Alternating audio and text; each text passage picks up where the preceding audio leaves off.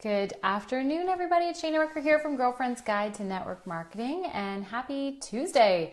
I am very fortunate to have some lovely flowers in my background today because it was my birthday last weekend and I was spoiled with lots of beautiful flowers and stuff. So thank you guys so much for joining me here today. I'm going to be talking today about growing a team. And I'm really excited to be sharing some of the tips that I have put together here for building a team. Now, this was something that I asked in my Girlfriend's Guide group. There's a VIP community that I have for Girlfriend's Guide. If you're not in it, you can check out the community tab here and add yourself to it.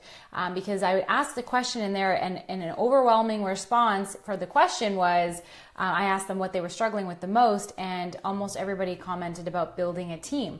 So I thought today was the perfect day to talk about some of my top tips for building your team. So if you're just joining me here today, hello, let me know you're here. Comment in the comment section. I love to see who's with me today, so I can say hello. And yeah, so let's just get started. So I'm going to give you guys, I've got 5 tips here on growing a team. And number 1 is, before you even start going out to sponsor and, going out to start talking to people about your business opportunity, is really, who are you looking for? Like, what is the type of business partner that you want to have in your business? And I have a couple tools for this as well. So who are you looking for? What qualities do they possess? Where do they hang out? What are they? Moms? Are they women? Are they men? What do they do for recreation? Are they working? Are they stay-at-home moms? Who is it that you're even looking for? And a lot of times we're actually looking for a former version of ourselves. If you think about who you were when you were looking at joining your network marketing company, like what were you, what type of person were you? I know for me, I was somebody who was tired of the 9-to-5. I had entrepreneurial bones in my body. I knew I wanted to work for myself. I was passionate about, taking life by the horns and running. I always knew I wanted something more. I was a creative type of person. Thinking about those qualities of who you were before you joined network marketing is going to be a great place to start. I also have my ideal prospect workbook that you can download. It's in the header graphic on my page. That is a workbook to help you figure out who is your ideal prospect. What qualities do they have? What do they look like? If you can get crystal clear in your head on exactly the type of people you're looking to join your business, you're gonna, the more you see that and visualize that and feel that and know that, the faster you're gonna be able to attract that. Because what we focus on is what we attract, right? And if also, with that being said, you have to be those qualities. Do you possess those qualities? If you're looking for somebody who's resourceful and passionate and, business minded, are you all of those things? Because like attracts like, and we have to be and be those things, right? So really take a look at, if you have been, sponsoring people into your business and they haven't been working out and they're just not the type of person that you want, what qualities do they possess? What would you change about that?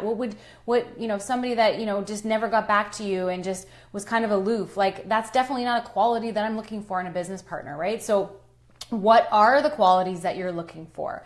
And so really get specific with that. I also did the personal branding webinar. I did that last week, which the replay is still going. And there's a link for that I'll post as well. And we talked about that a little bit in that webinar, but also more so about who you are and what you're about. Because what our personal brand we put out there on social media and just in our day-to-day lives and what we're doing, that's what we're attracting to us. So making sure your personal brand is in line with who it is that you want to attract to your business. So that's number 1, is who the heck are you even looking for? What do you want your business partners to look like? If you're ready to grow a team, you need to get a crystal clear vision of what that looks like. Does that make sense to everybody? I can't see comments, so hopefully you're seeing this and you're liking this.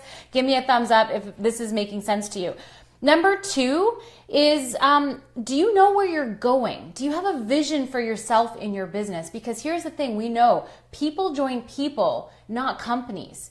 So if you're all about your company and your product and that's all you're just like, oh, I love my company so much, my product's amazing, you need to join my business, that's not going to attract people to joining your team. People want to know what it is that you're going to do with your business. What are you going to do with your life? They want to hear, so when I started my business, my vision was to leave my full-time job. I wanted to be home with my kids. I wanted to, earn some trips. I wanted to travel the world. I'd love to retire my husband. Like that kind of a vision. Do you have a vision for where it is you're going?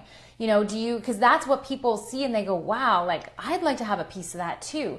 Not so much, the product and the company, that's important. People need to have a passion for that and they need to love the product, but they want to know, what's in it for them. What can they, what kind of a vision can you, share with them to help them see a vision for themselves, right? Like I look at my vision boards, I want to live in California.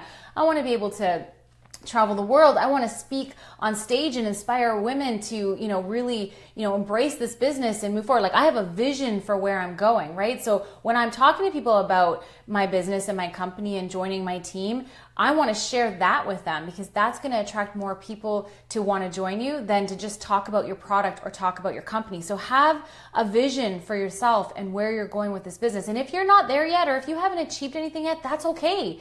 Share with them where you're going and what you are going to achieve, because that is just as important and can create just as much excitement for the people you're chatting with about the business as even if you haven't achieved it yet. If you're really, if you read a lot of success stories for people that are in your company, know what some of the other people's stories are, because you can share their stories until you have your own. And that's enough, you guys. That is enough to be able to attract people to you. If you have a vision, you have a place of where you're heading, people will want to follow you there. So hopefully that makes sense. Number 3, when you're looking to grow your team, always lead with the business. When I started network marketing, I have to say it was easier for me to lead with the product. I love the product so much. It was easy for me to talk about the product, but what happens sometimes when we lead with the product, if people love the product and we want to share the business with them and they're a no, then, that's great that they're product users. But if we, wait, I have that backwards. Sorry. You can always funnel people down from the business. So if you start with the business and you're like, hey, listen, I'd love to sit down with you. I'm doing this really awesome thing. It's going to help me get home to be with my kids. It's going to help me retire my husband. And I thought of you because I know you work a lot of hours and I know how much you want to be home with your kids. Can you meet me for coffee? And you share the business. If they're a no to the business, then that's okay. You can say, you can share them with the product, because you can have somebody who says no to the business, yes to the product, falls in love with the product, and then can go back and share the business with them. But if you share the product with them first and they're like, no, I don't use any of that, I don't want the product, you can't go, oh, well then would you like to take a look at the business? Because they're already a no to the product, right? So that makes it a little trickier. But if you start with the business, if people are not interested in the business aspect at this point, you can show them the product and then, work with them and build that relationship with them through the product. And the business may become something for them down the road. Because here's a really big piece to prospecting and growing a team, you guys, is that the work starts after people say no. If people say no to you about the business, even about the product, you guys, that's when the relationship building starts. That's when you continue to, just because they say no to the business doesn't mean you shut down and walk away and you never talk to them again. You have to continue to build relationships with them. You guys, I didn't know that I was looking for a network marketing company. The person reached out to me. We chatted. I got into some products. She continued to follow up with me. We had some more conversations. Then I decided the business was for me. And I've had people who've joined my business that we've built relationships for over a year before they actually saw the business opportunity as something for them, because things can change in people's lives. We never know where people are at financially, or, if they're struggling with having less, wanting more time because they're working 80 hours a week. We don't know those things, right? So we have to continue to build relationships with them, even if they are a no, because it can change over time. I've seen that multiple times in my business. So lead with the business first, because if they're a no, you can funnel them down through the product, even down to a referral, even if they're a no for the product, but it's hard to funnel them back up. So always leading with the business, and never prejudge. You have no idea what's going on behind closed doors with people. They may look like they have everything put together on the outside, but they could be really struggling with multitude of different things that our business opportunity could help them with on the inside. We don't know that, right? So don't prejudge. I know sometimes it can be hard, but you have to just, trust yourself, trust your gut, lead with the business whenever possible, and don't prejudge. So that's number 3. Number 4, you guys, building a team and building this business cannot solely just happen behind your computer. I do believe there's a lot that can be done, and we can build relationships, we can create connections, we can definitely, start a lot of conversations. But I believe we got to get out of our house. We got to get out and meet people. We got to network. We got to grow our social circles. And that's one of the biggest things that I know when I was in massive building momentum in my team, especially in the very beginning. Gosh, I think I joined 4 different gyms. I took classes. I was all over the place meeting people. And in every situation that I went into, I always met somebody that I built up a relationship with over the time, and they joined my business because there was always an opportunity in me asking them lots of questions about themselves and getting to know them, where there was a need, there was a fit, and there was a reason that I wanted to share my business with them, because they shared something with me that I could help them. And in those situations, I was always happy to share my opportunity to help them, have something more in their lives, whether it be more time or more money, or whatever that may be, right? So getting out of our houses and meet more people, because there's something with that personal connection. It really builds know, like, and trust. Like when you're with somebody and you can feel their energy and you're, like in person with them outside of the computer, I find that you can build relationships faster that way. I feel like there's more of a connection there. But I really always found that when I was like, my prospecting calendar looked a bit empty, I would open my social calendar. Okay, what do I have going on? Where am I going next to meet some new people, right? So making sure that you get out of your house, build relationships. If you're looking to grow your team, you need to meet people. That's what this business is about. The principles of this business, no matter what company you're in, you guys, it's all the same. We're here to share an opportunity, a business opportunity with a product to as many people as we can. And those who want it will jump in, and those who don't won't. And that's really what we do. And that's number 5 in all of this, you guys, is this is really a sorting game. It's about talking to a lot of people. If you talk to 10 people and they all say no, well, you can't say it doesn't work. You just simply haven't talked to enough people. You can't say, I can't do network marketing, I can't grow a team. I've talked to 10, even 20 people, and nobody has said yes to the business yet. Well, you just simply haven't talked to enough people. You got to talk to 30, 40 people in a month to find, 1 to 2 people who are going to join your business, right? So you got to talk to a lot of people. And I'm going to share this little thing. And I don't know if you guys are sending comments or not. I can't see that. It's not working on here. But here's a little thing that I learned about the numbers game. And this is called the cost of a no. And what I did was I saw this from Eric Worre. He did this with one of the top income earners. I forget his Randy Gage. It wasn't Randy Gage. It was one of the top income earners in network marketing.